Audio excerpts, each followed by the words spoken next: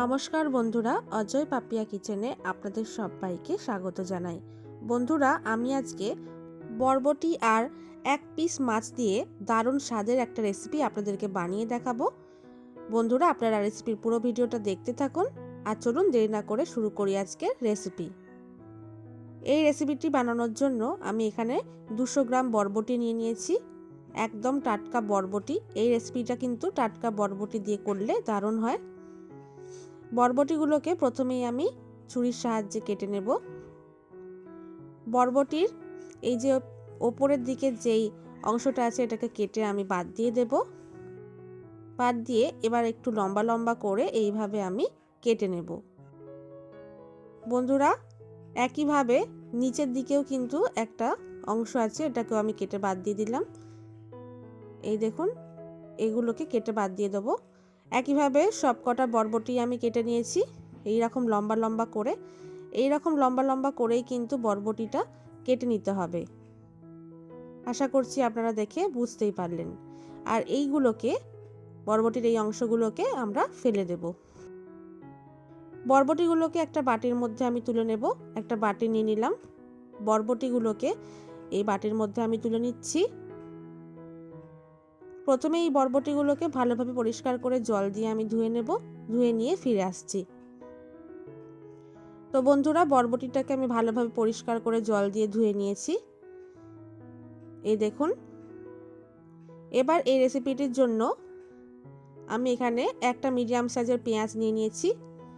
এই পেঁয়াজটাকে প্রথমে আমি 4 ভাগ করে কেটে নেব। এইভাবে 4 ভাগ করে আমি পেঁয়াজটাকে কেটে নিলাম। পেঁয়াজটাকে কেটে নেওয়ার পর এবার আমি পেঁয়াজের লেয়ারগুলোকে ছাড়িয়ে নেব। এইভাবে পেঁয়াজের লেয়ারগুলোকে আমি ছাড়িয়ে নিচ্ছি। বন্ধুরা, আপনারা অবশ্যই এইভাবেই করবেন। প্রত্যেকটা পেঁয়াজের লেয়ারগুলো আমি ভালোভাবে ছাড়িয়ে নিয়েছি। এই দেখুন বন্ধুরা, এবার এই পেঁয়াজটাকে একটা প্লেটের মধ্যে আমি তুলে রেখে দিচ্ছি। এই পেঁয়াজটাকে আমি পরে ব্যবহার করব। আর এদিকে আমি একটা মাছের পিস নিয়ে নিয়েছি, রুই মাছের পিস। এই মাছটাকে কিন্তু আমি পরিষ্কার করে জল দিয়ে ধুয়ে রেখেছি। এই মাছের মধ্যে এবার আমি নুন হলুদ মাখিয়ে নেব। সামান্য পরিমাণে একটু হলুদ গুঁড়ো দিয়ে দিচ্ছি। আর তার সাথে দিয়ে দিচ্ছি সামান্য পরিমাণে একটু নুন। নুন আর হলুদ গুঁড়ো দেওয়ার পরে মাছের মধ্যে আমি এবার ভালোভাবে মাখিয়ে নেব। বন্ধুরা, এই রেসিপিটা কিন্তু খেতে দুর্দান্ত স্বাদের হয়। এই দেখুন বন্ধুরা, মাছটাকে আমি ভালোভাবে নুন হলুদ মাখিয়ে নিয়েছি। এবার এদিকে আমি ওভেনের মধ্যে একটা ফ্রাই প্যান বসিয়ে নিয়েছি। ফ্রাই প্যানের মধ্যে দিয়ে দিলাম 1/4 কাপ পরিমাণে সর্ষের তেল। তেলটা ভালোভাবে গরম করে নেব। বন্ধুরা, তেলটা কিন্তু ভালোভাবে গরম হয়ে গেছে। এবার আমি কেটে রাখা ধুয়ে রাখা বরবটিগুলো এই তেলের মধ্যে দিয়ে দিচ্ছি। বরবটিগুলো দেওয়ার পরে দিয়ে দিচ্ছি ছাড়িয়ে রাখা পেঁয়াজ। ছাড়িয়ে রাখা পেঁয়াজটা আমি দিয়ে দিলাম।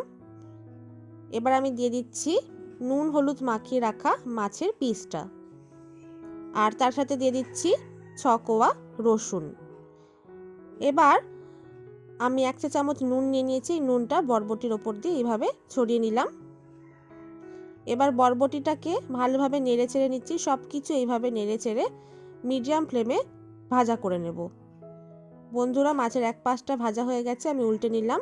উল্টে পাল্টে সব কিছুই কিন্তু ভালোভাবে আমি ভেজে নিয়েছি। দুপাশটাই কিন্তু মাছের ভালোভাবে ভাজা হয়ে গেছে। সব কিছুই ভালোভাবে ভাজা হয়ে গেছে। এই দেখুন বন্ধুরা, এইভাবে ভালোভাবে লাল লাল করে কিন্তু সব কিছু ভেজে নিতে হবে। সব কিছু ভেজে নেওয়া হয়ে গেছে। এবার আমি একটা প্লেটের মধ্যে নামিয়ে নিয়েছি আর ঠান্ডাও করে নিয়েছি। ঠান্ডা করে নেওয়ার পর এবার মাছের পিসটাকে আমি ভালোভাবে বেছে নেব।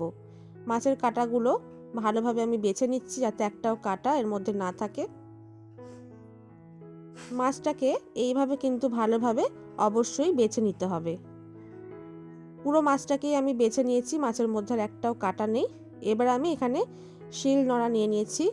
শিলের মধ্যে আমি নিয়ে নিচ্ছি ভেজে রাখা বরবটি। বন্ধুরা, আমি শিলের মধ্যে বেটে নিচ্ছি। আপনারা চাইলে মিক্সারে বাটতে পারেন, কিন্তু শিলে বাটলে এই রেসিপিটার টেস্ট বেশি ভালো হয়। এবার আমি বরবটিটাকে প্রথমেই বেটে নিলাম ভালোভাবে।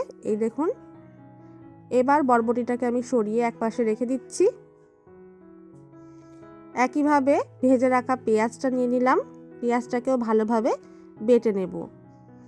পেঁয়াজ আর রসুন আর তার সাথে 4টে কাঁচা লঙ্কা নিয়ে নিয়েছি, এগুলোকে আমি ভালোভাবে বেটে নিচ্ছি। আপনারা অবশ্যই ঝালটা আপনাদের স্বাদ মতো ব্যবহার করবেন। পেঁয়াজ, রসুন আর কাঁচা লঙ্কা ভালোভাবে বেটে নেওয়ার পর এবারে আমি নিয়ে নিয়েছি কাটা বেছে রাখা মাছ। এই মাছটাকেও আমি ভালোভাবে বেটে নেব। মাছটাকেও আমি ভালোভাবে বেটে নিয়েছি। এবার সব কিছু ভালোভাবে আমি মিশিয়ে নেব বরবটির বাটার সঙ্গে। বরবটির সঙ্গে সব কিছু আমি ভালোভাবে মিশিয়ে নিয়েছি। আর এই দেখুন তৈরি হয়ে গেল আমার আজকের রেসিপি বরবটি বাটা। এটা এক নতুন স্বাদের রেসিপি। আপনারা অবশ্যই একবার বাড়িতে বানিয়ে খেয়ে দেখতে পারেন। আশা করছি আপনাদের খুবই ভালো লাগবে। এইভাবে বরবটি বাটা বানালে কিন্তু গরম গরম ভাত নিমেষেই শেষ হয়ে যাবে, আর কিছুরই প্রয়োজন হবে না। তো বন্ধুরা, আমার আজকের এই রেসিপিটি আপনাদের কেমন লাগলো অবশ্যই আমাকে কমেন্ট করে জানাতে ভুলবেন না। রেসিপিটি ভালো লাগলে লাইক করবেন, শেয়ার করবেন, আর এই চ্যানেলটিকে সাবস্ক্রাইব করতে কিন্তু ভুলবেন না। পুরো ভিডিওটি দেখার জন্য অনেক অনেক ধন্যবাদ।